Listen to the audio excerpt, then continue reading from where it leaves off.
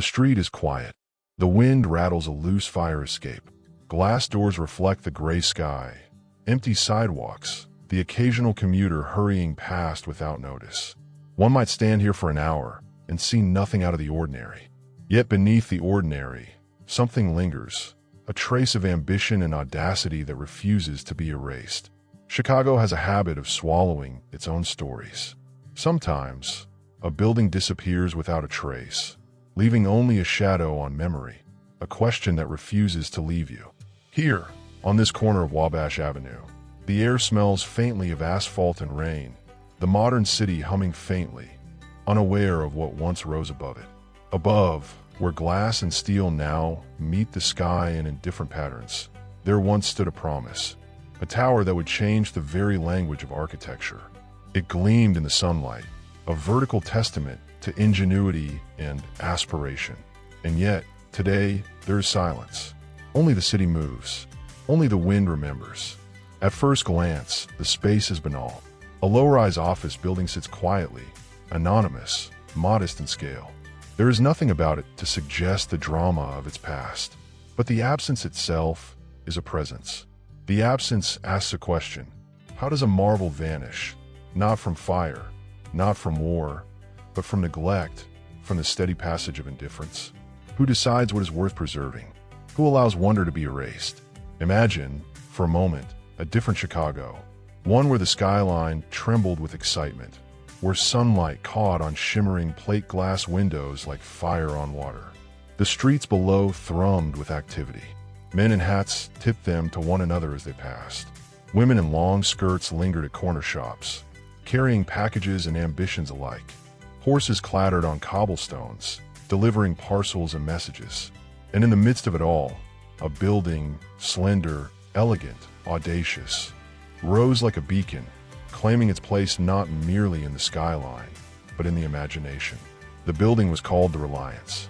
Its reputation reached beyond the city limits. It promised something new, something daring.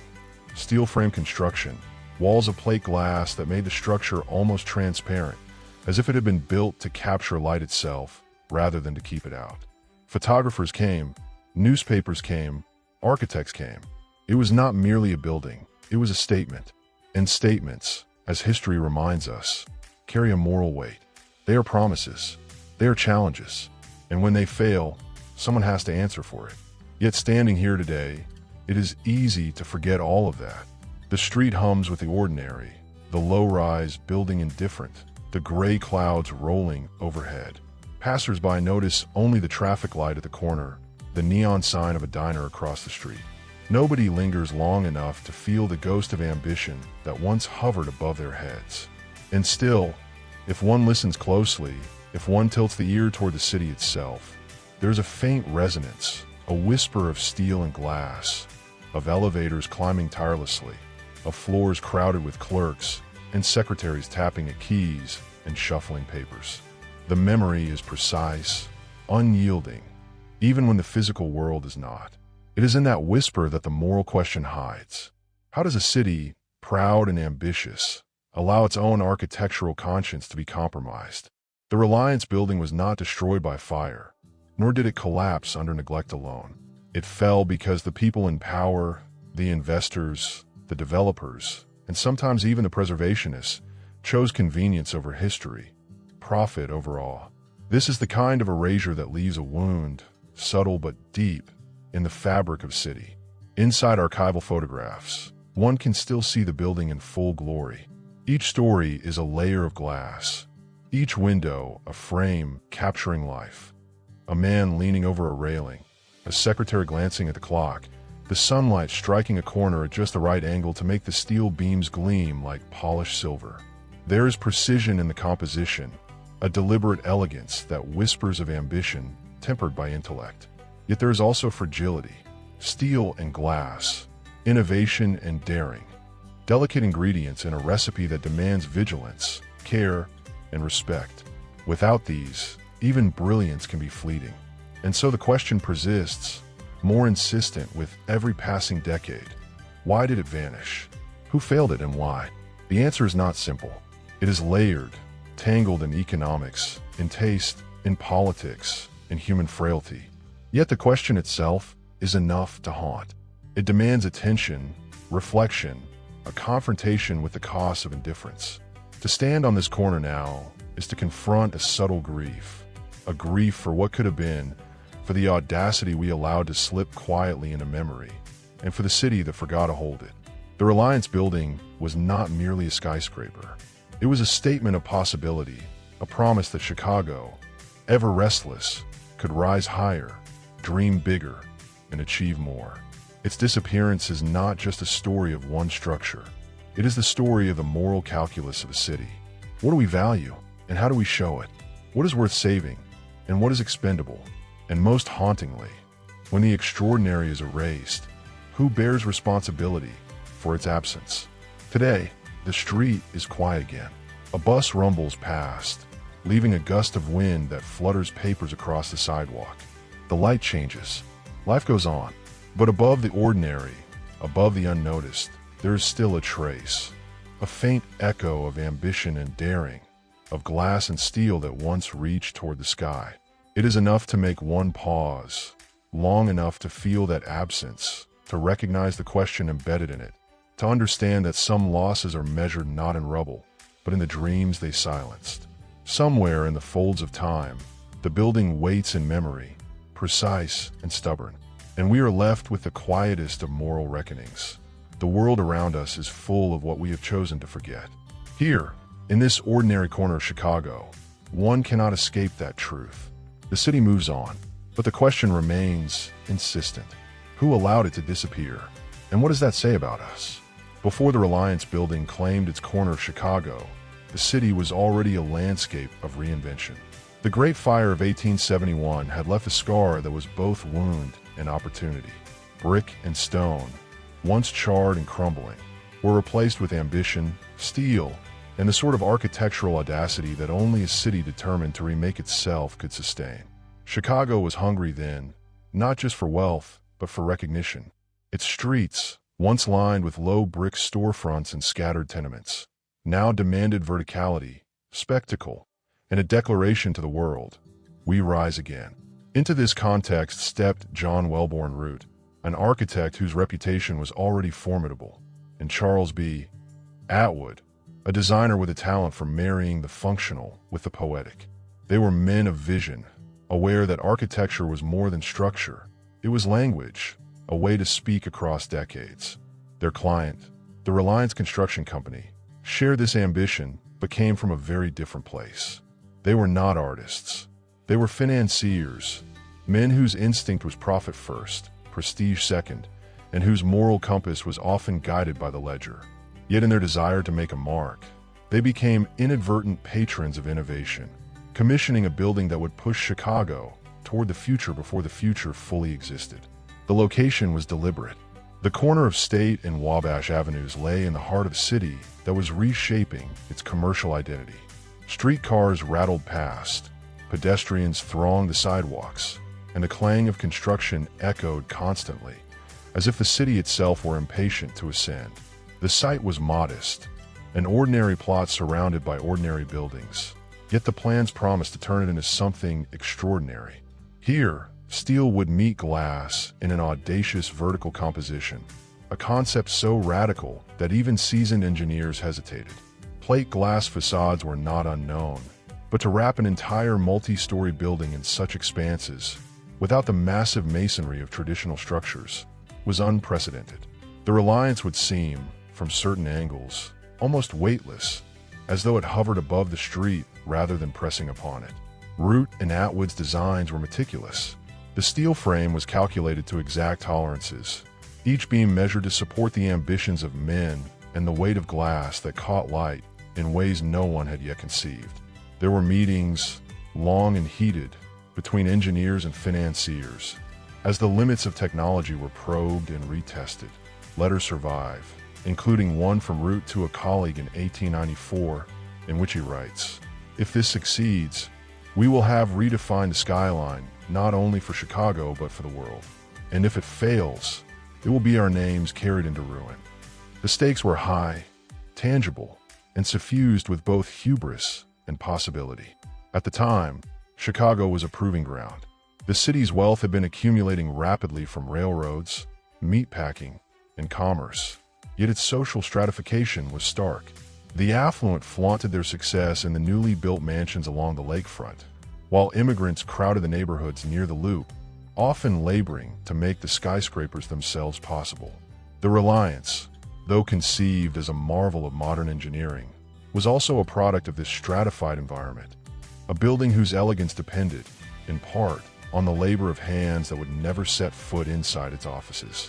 It is a tension embedded in its foundation, beauty born of ambition, sustained by inequality.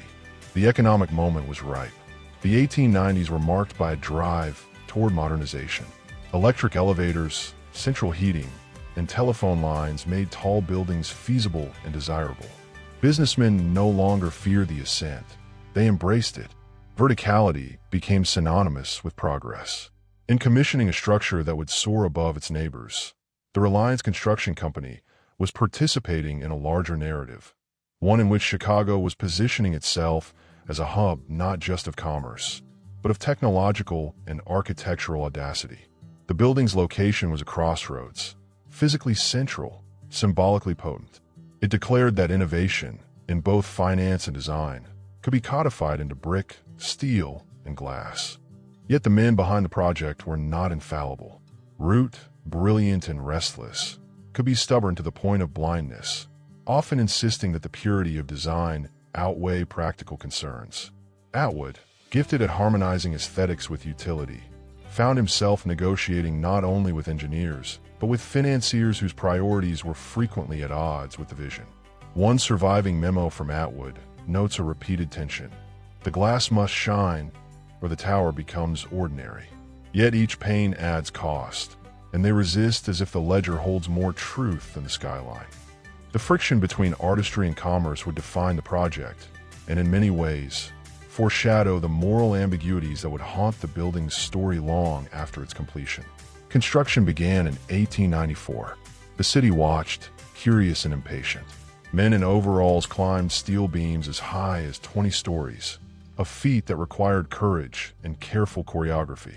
Cranes lifted massive panes of glass, each one polished to reflect both light and ambition.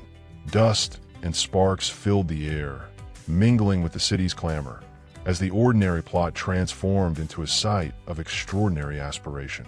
The workforce, largely immigrant men who had learned the language of steel and rivets under grueling conditions, labored daily, often in peril. Yet their efforts went largely uncelebrated in the public record, their contributions hidden beneath the gleaming surface that would eventually command all attention. By 1895, the frame was complete. The building seemed to float above its foundation, airy and ethereal despite its 20 stories. Newspapers began to speculate, noting that the Reliance might become the most elegant commercial building in the world, a phrase repeated in dispatches with a mix of awe and caution. The city's elite visited the site, not for work but for spectacle, to witness a marvel rising where ordinary streets had once prevailed.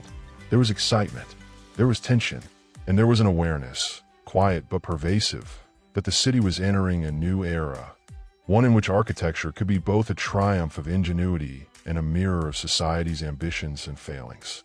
The Reliance Building, in its conception and early construction, exemplified a collision of forces: vision and profit, labor and prestige, innovation and moral compromise.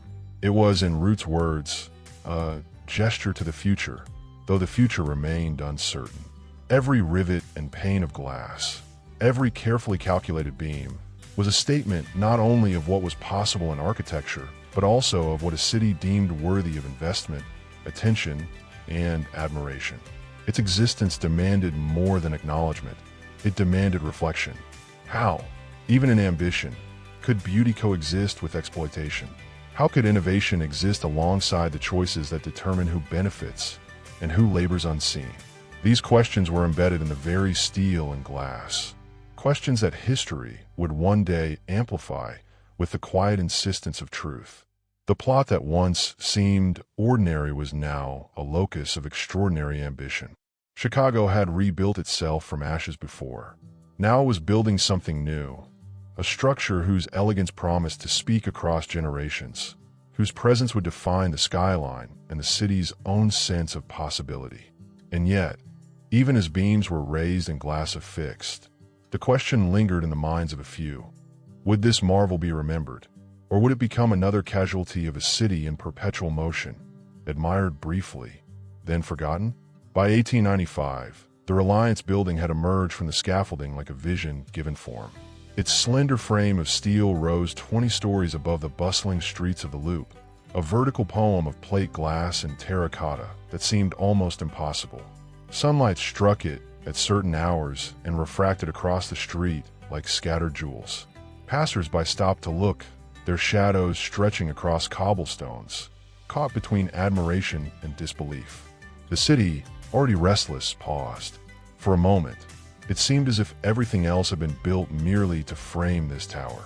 Inside, the sensation was transformative. Elevators glided smoothly, carrying clerks, businessmen, and visitors to floors suffused with light. The office spaces were luminous, airy, a stark contrast to the dimly lit interiors of the surrounding buildings. Reports from the era described the effect on those who entered. The walls of glass made the floors feel less like rooms and more like stages upon which the daily drama of commerce was enacted. A letter from a young architect visiting in 1896 reads, "The light, everywhere light, and yet the building does not glare. It breathes. It reminds one that structure itself can be poetry." In these offices, typewriters clicked, voices negotiated deals, and sunlight danced across desks with a rhythm that felt almost deliberate. The Reliance became more than a place to work. It became a statement of ambition, drawing the city's elite into its orbit. Lawyers, financiers, and entrepreneurs rented offices not merely for practicality, but for the prestige of inhabiting a building that declared itself exceptional. Journalists wrote about it. Architects sketched in journals. Visitors ascended to witness the daring of its design, and in doing so, they witnessed the possibilities of a city reinvented. The building was alive with purpose. Its steel skeleton was not just support, it was a symbol. Its glass walls were not mere decoration. They were a manifesto of transparency, of modernity, of daring.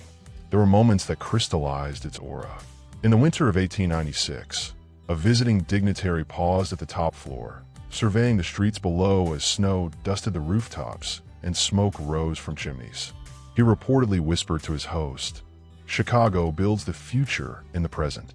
Social gatherings, small but notable, punctuated the daily rhythm. Luncheons and meetings became performances where power was exercised, ambitions negotiated, and alliances solidified. The elevators, once mechanical curiosities, became instruments of social choreography, lifting men and women not only physically but symbolically into the rarefied strata of influence.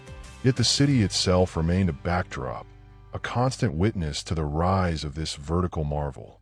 Streetcars rattled along State Street, pedestrians hurried across intersections, and shopkeepers called out their wares. The ordinary world moved beneath the extraordinary, never quite touching it, but intimately bound to it. The Reliance did not isolate itself. It commanded attention precisely because it existed within the pulse of life, capturing the city in a frame of ambition and audacity. The skyline began to read differently.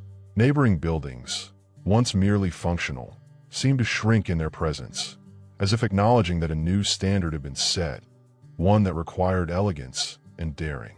The building also bore witness to human stories that would linger in archival records. A typist named Clara Hughes wrote in an 1897 diary entry, "I see the city spread before me every morning, and it feels like we are part of something greater. The light here is astonishing. It reminds me daily that this work, however small, matters." The Reliance was not just steel and glass. It was an environment that shaped perception, ambition, and human behavior. It offered both inspiration and perspective, a lens through which the ordinary could be reimagined. Its exterior became iconic almost immediately. Photographers climbed scaffolding, journalists sketched renderings, postcards captured angles that emphasized its transparency, its elegance, its novelty. The plate glass walls reflected both sky and street, creating a dialogue between architecture and environment that was unprecedented. One local newspaper marveled in 1898. The Reliance Building does not simply occupy the corner. It elevates it, redefining the air around it, bending light as if to announce to the city that Chicago is no longer bound by horizontal limits. The building's presence transformed the perception of verticality, suggesting that space itself could be more than a container. It could be an experience. The human element remained vital. Clerks and secretaries moved with precision across floors, managing correspondence and ledgers, conducting transactions that reverberated far beyond the building. Business owners cultivated their reputations in offices framed by sunlight and glass. And yet, amid this flourish of light and ambition, there was a sense of fragility, an awareness that this marvel existed because of careful orchestration, both technical and social. The elevators could fail, the glass could crack, the steel could be compromised. Every day was a performance not only of human effort, but of structural daring. And so the building became a beacon, drawing attention from architects and visionaries far beyond Chicago. Its style, now called Chicago School, was not merely a trend. It was a philosophy, emphasizing function and transparency, lightness and efficiency. Students and practitioners visited to study its innovations, copying its structural principles and aesthetic decisions. The Reliance had achieved a form of immortality and influence, even as it remained, in its physicality, a fragile monument to its era. Visitors recalled it as exhilarating. One newspaper critic wrote in 1900, "To stand in the lobby and look upward is to witness ambition made manifest. Every line, every pane of glass, speaks of a city unafraid to challenge its own limits." The building did not shout. It did not demand attention with ostentation. Its voice was subtle, confident, precise, a quiet insistence that innovation was possible, that elegance could coexist with utility, that a city could aspire to more than mere commerce. It was, in every sense, alive with intent. By the turn of the century, the Reliance had transcended its materiality. It was no longer merely a building. It had become an emblem, a shared reference point for the city, a benchmark of ambition. Chicagoans measured themselves against it. Architects emulated it. Financiers coveted the prestige it conferred. In a city that prized both resilience and audacity, the Reliance Building became a standard by which aspiration itself could be judged. The streets below continued their constant motion, indifferent yet inexorably connected, providing context and contrast. Above them, the building rose, unwavering, luminous, a vertical testament to human ambition and the art of possibility. Beneath the luminous veneer of glass and steel, the Reliance Building carried a different story, one that was less often told. Its rise was celebrated in newspapers, etched in photographs, lauded in professional journals. Yet the very elegance that defined it also concealed compromises, moral and practical, that would haunt its legacy. Ambition, when untempered, has a way of shadowing itself. And in this structure, light and shadow existed not only in a literal sense, but in the very foundations of its existence. The labor that erected it was grueling, relentless, and largely invisible. Steelworkers, mostly recent immigrants from Europe, risked life and limb on the skeletal framework. Fall protection was minimal.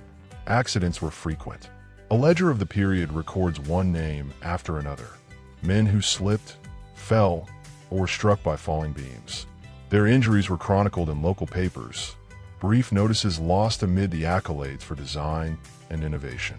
One account from a riveter, Peter Crowell, survives in a workers' union archive. "We climb and bolt and sweat, and no one sees us but the steel.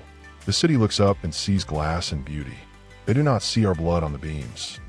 The brilliance of the building, it seems, was built upon the endurance of human bodies that the city could afford to overlook. Even the design itself contained hidden tension.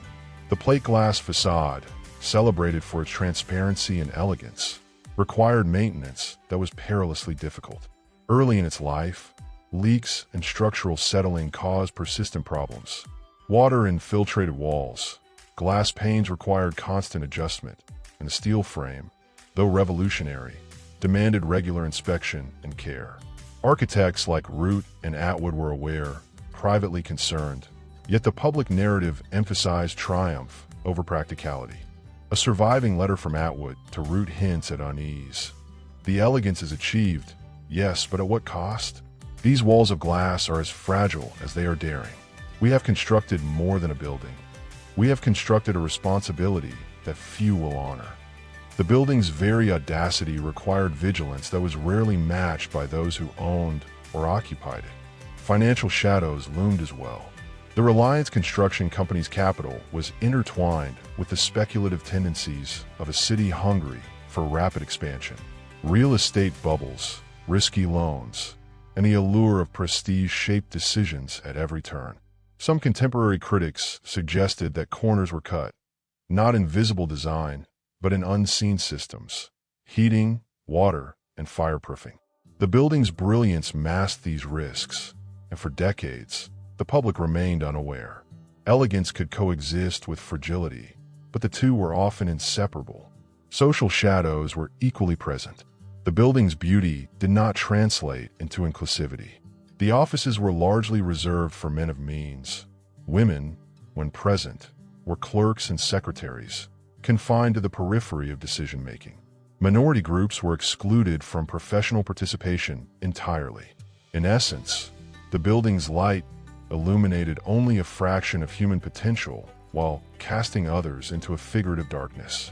A Chicago Tribune editorial from 1898 noted, almost dismissively, that the tower symbolized progress for those who can ascend, a reminder of what awaits those who cannot.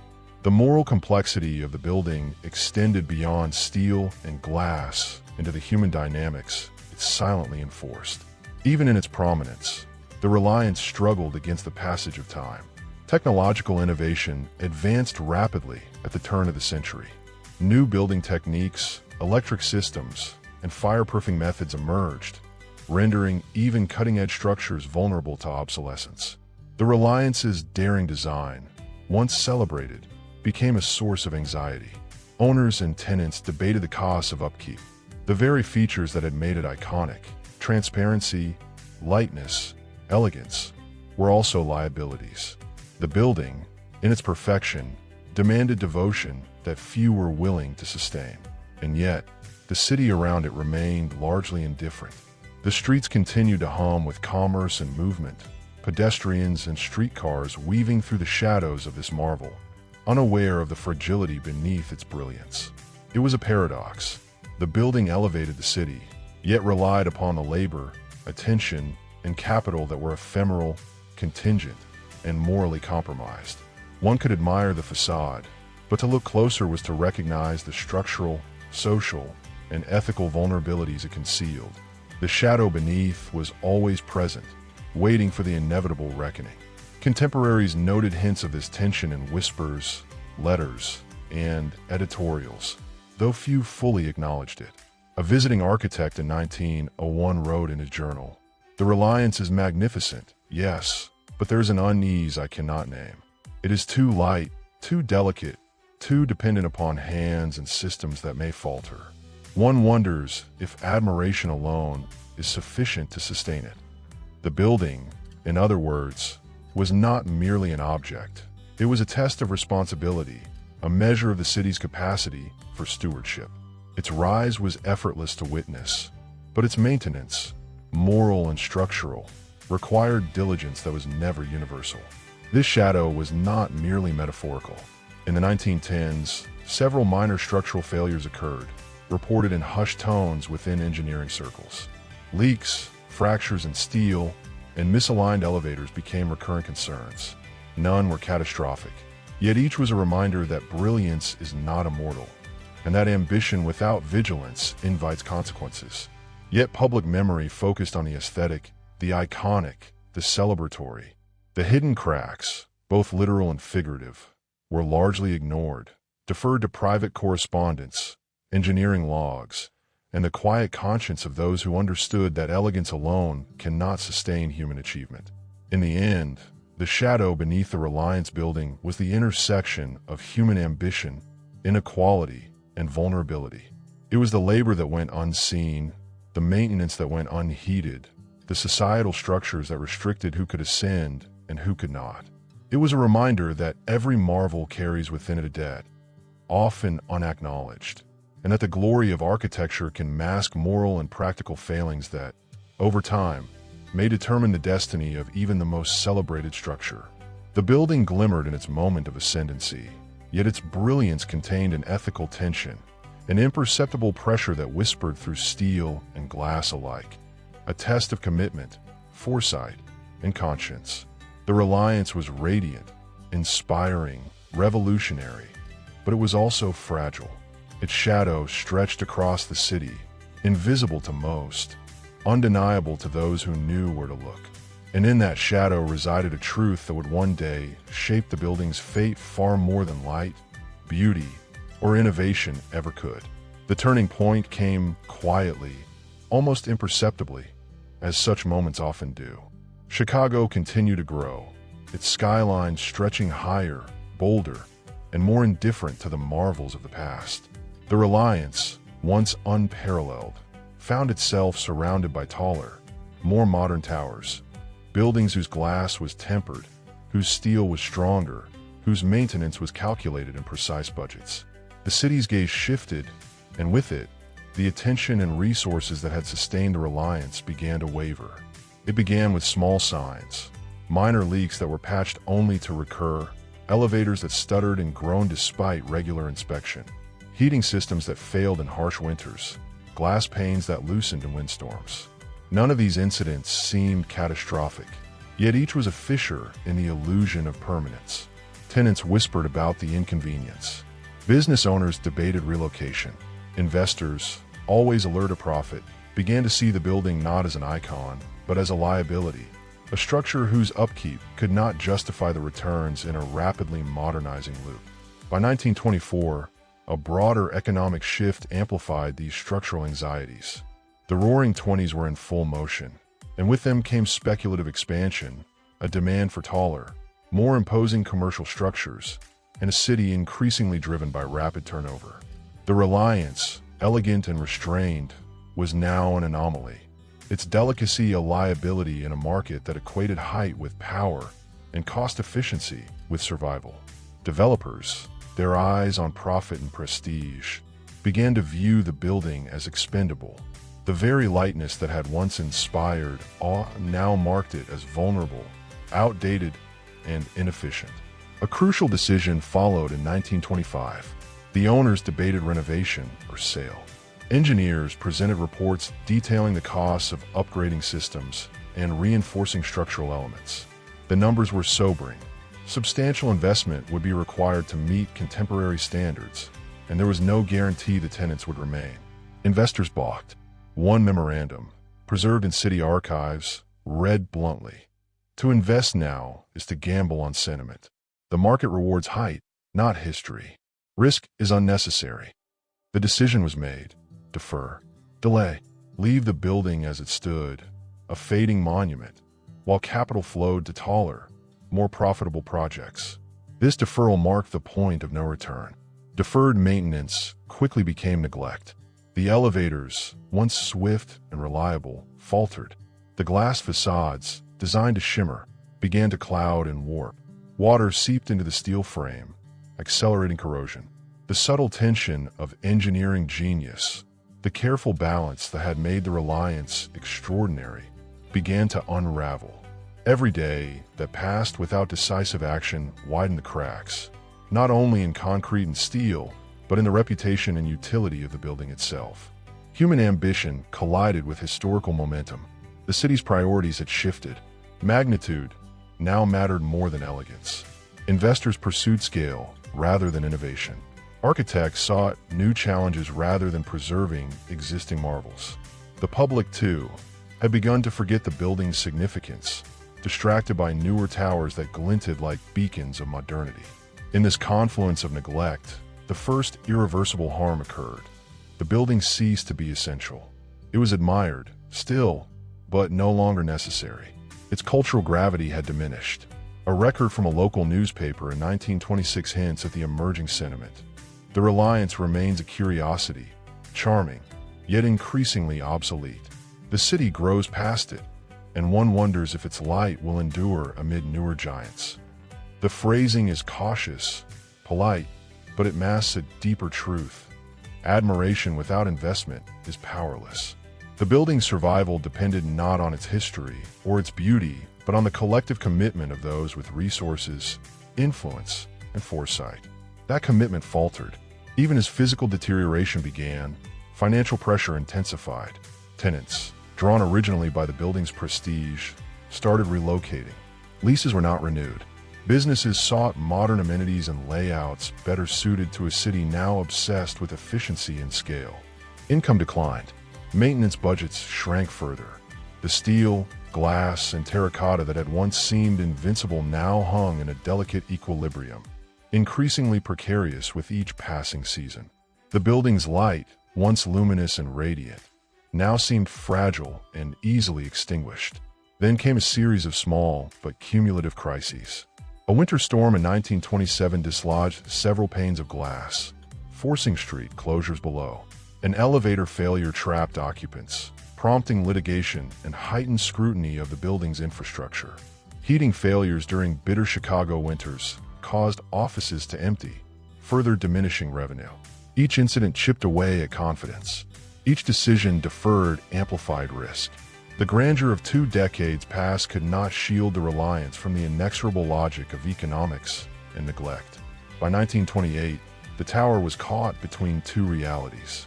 To the casual observer, it remained a marvel, its glass walls reflecting sunlight and sky. To the informed eye, it was a fragile relic, structurally compromised, financially tenuous, and socially eclipsed.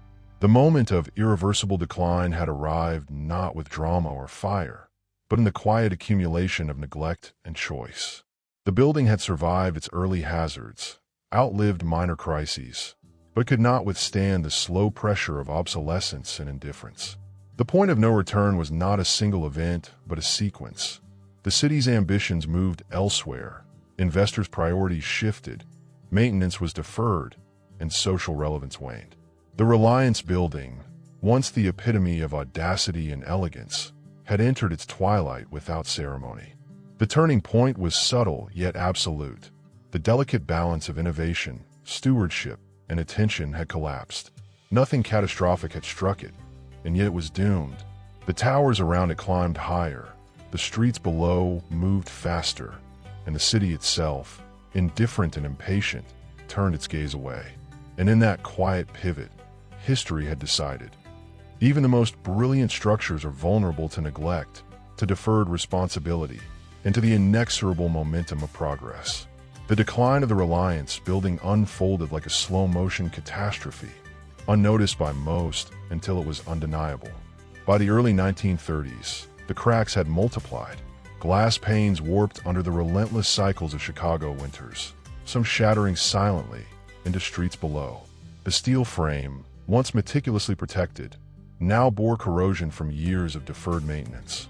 Elevators that had once glided smoothly became jerky, unpredictable, and dangerous. Offices emptied as tenants sought modern towers that promised warmth, efficiency, and safety.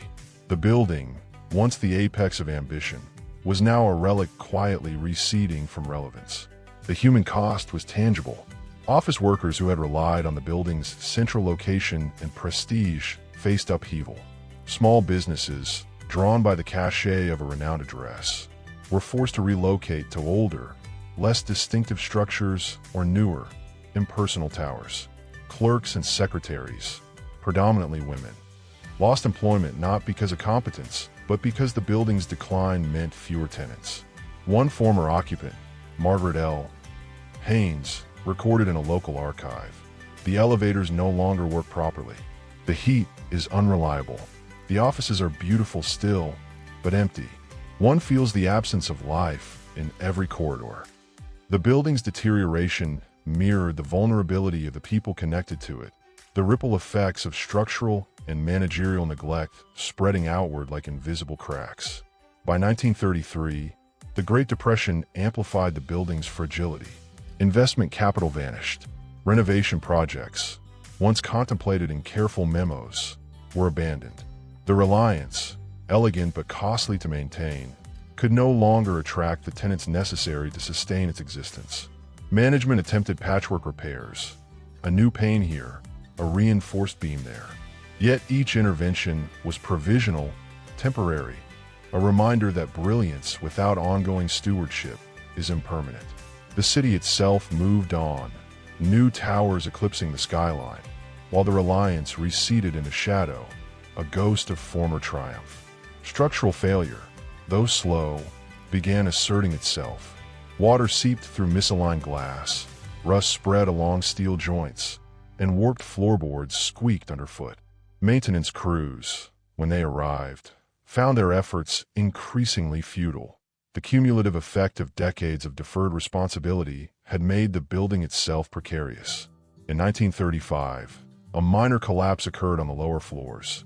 Nothing catastrophic, but enough to cause temporary street closures and stir public concern. Letters to the city editor express frustration, tinged with nostalgia. We built for greatness, yet watch our icons crumble because no one will care for them. The sentiment was common, but action was rare. The closure came quietly. By the late 1930s, the building was largely unoccupied. Only a handful of tenants remained, clinging to history and prestige, even as practicality dictated relocation. Street-level observers noted the emptiness.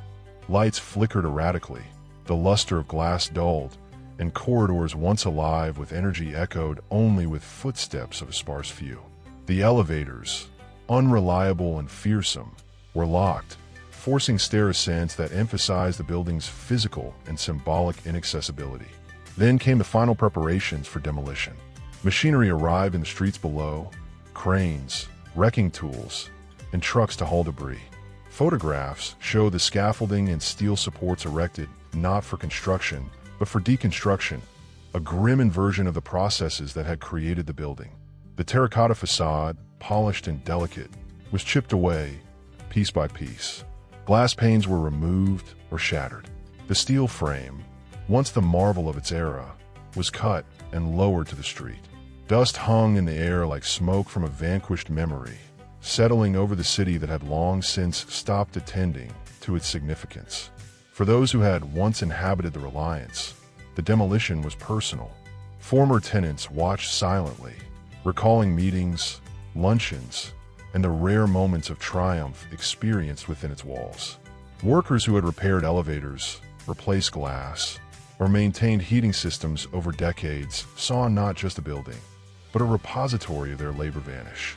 The city's memory was selective. Pedestrians passed the site, noting the disruption, yet few connected it to the brilliance that had once existed. The spectacle of removal was ordinary, industrial, efficient, nothing like the awe that had greeted its rise. By 1940, the Reliance Building existed only in fragments. Steel and glass, once arranged to capture light and ambition, were scattered in scrapyards. The lot, empty and flattened, awaited the next project, a blank canvas for a city that forgot too quickly. Yet the memory of the building persisted in archives, letters, postcards, and photographs. It lived in the recollections of a few who had witnessed its ascent and decline. But in the urban fabric, it was gone, its corner ordinary once more, indistinguishable among countless other plots of commerce. The moral reckoning was stark. The building's fall was preventable.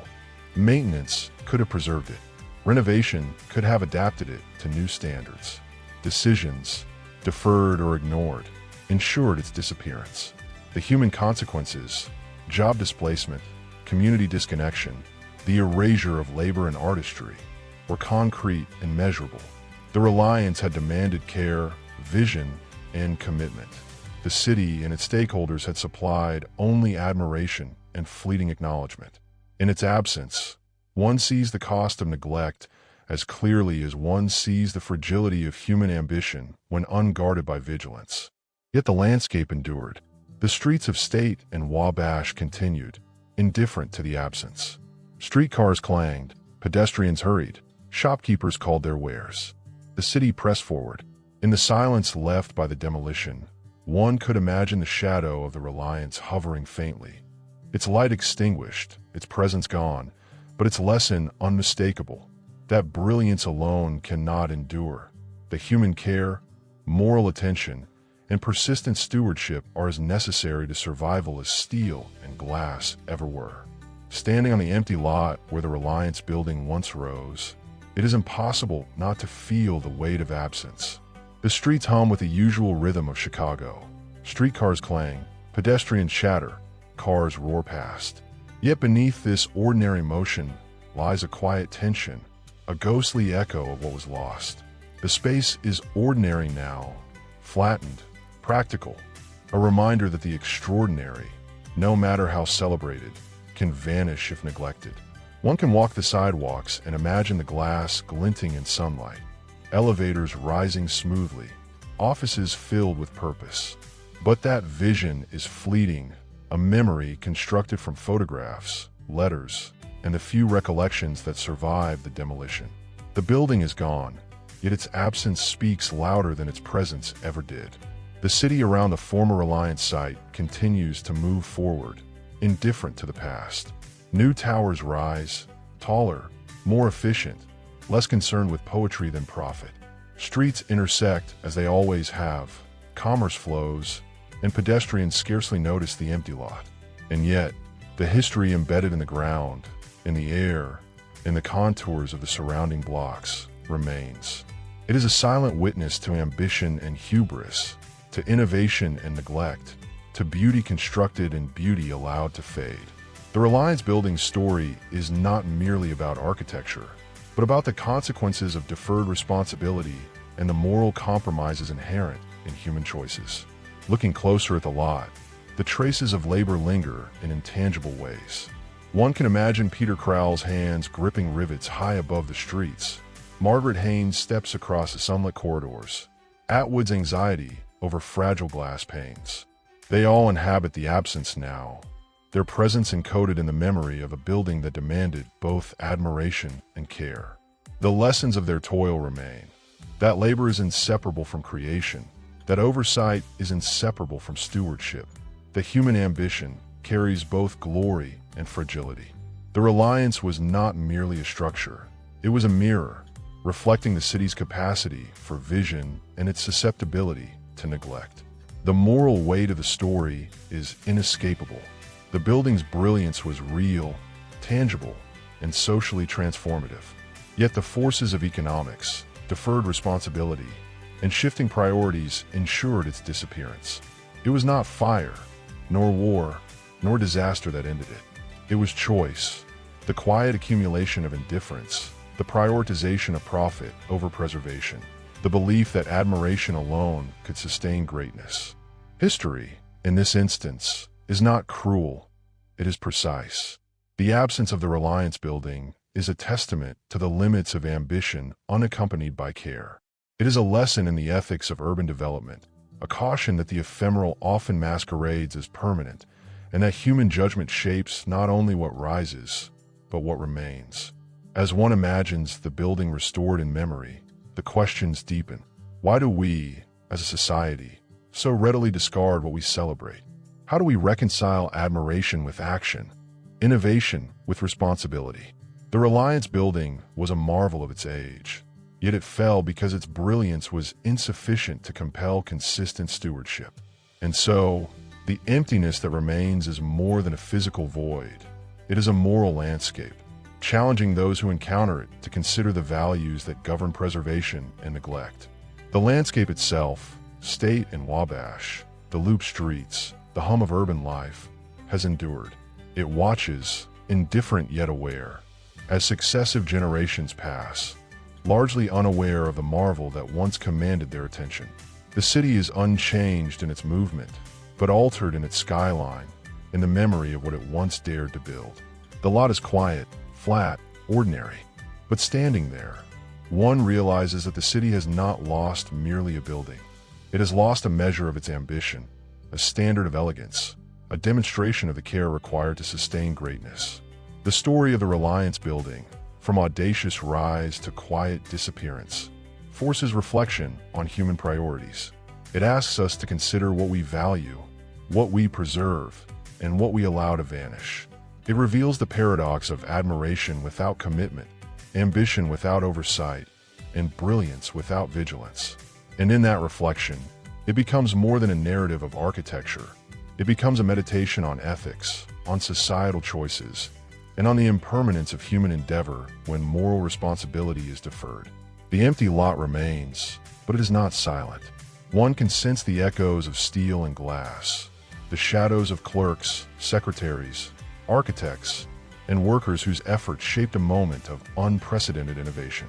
They linger as reminders that human ambition is inseparable from human care, that creation without preservation is fleeting, and that the most luminous achievements are vulnerable to indifference. The city continues around this absence, indifferent yet inevitably shaped by it, carrying on as if nothing were lost. And so, as one stands there, amidst ordinary streets and unremarkable sidewalks, the final question emerges, not about the building, not about the city, but about ourselves. How often do we allow brilliance to vanish because we admire it, but do not protect it? How often do we value the appearance of achievement more than the labor, care, and moral attention necessary to sustain it? The Reliance Building is gone, but its absence endures, asking this question quietly, insistently, and without answer, until we choose to confront it.